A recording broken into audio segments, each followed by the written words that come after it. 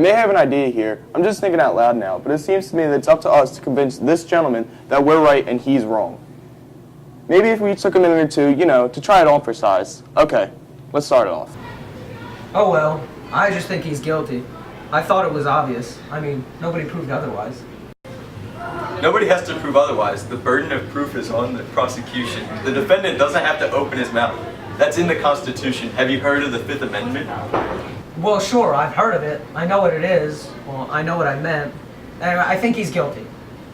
Okay, let's get to the facts. Number one, let's take the old man who lives 2 stories underneath where he said the crime had occurred.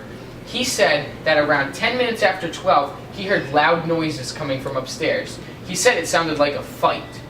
Then he said he heard the kid run to his father and say, "I'm gonna kill you." And I think a second later he heard a body falling and he ran to the door of his apartment, looked out and saw the kid running down the stairs out of the house. Then he called the police. They found the father with a knife in his chest. And the coroner fixed the time of death at about midnight. Is there anything else you want to know? The boy's entire story is pretty flimsy, right? He claims he was at the movies. Pretty ridiculous, isn't it?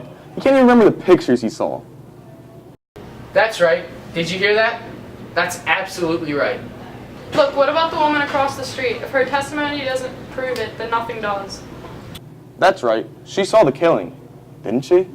Just a minute. Here's a woman who's lying in bed and can't sleep. It's hot, Anyway, she looks out the window, and right across the street, she sees the kid stick the knife into his father. She's known the kid all his life.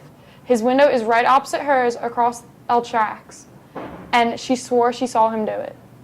Through the windows of a passing elevated train,